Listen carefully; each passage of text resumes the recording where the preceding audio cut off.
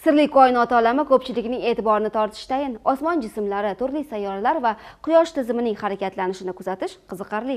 Muxbirimiz Hadiya Abdullayeva O'rta Osiyoda yagona Toshkent shahar planetariysida bo'lib, ushbu jarayonlarga yana bir bor guvoh bo'ldi.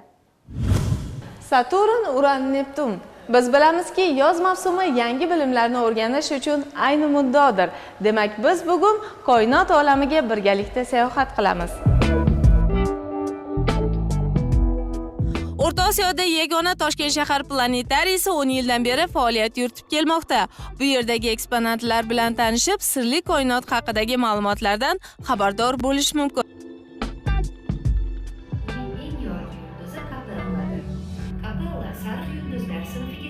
25 daqiqalik maxsus film esa koinotdagi 88 ta yulduzlar turkumi, Quyosh, Oy, sayyoralar, kometa va shu kabi samoviy jismlar aslida qanday ekanligi haqida hikoya qiladi. Yulduz turkumining eng yorug' yulduzi Qutb yulduzidir. Demak, o'zingiz uchun qanday yangiliklarni kashf etdingiz?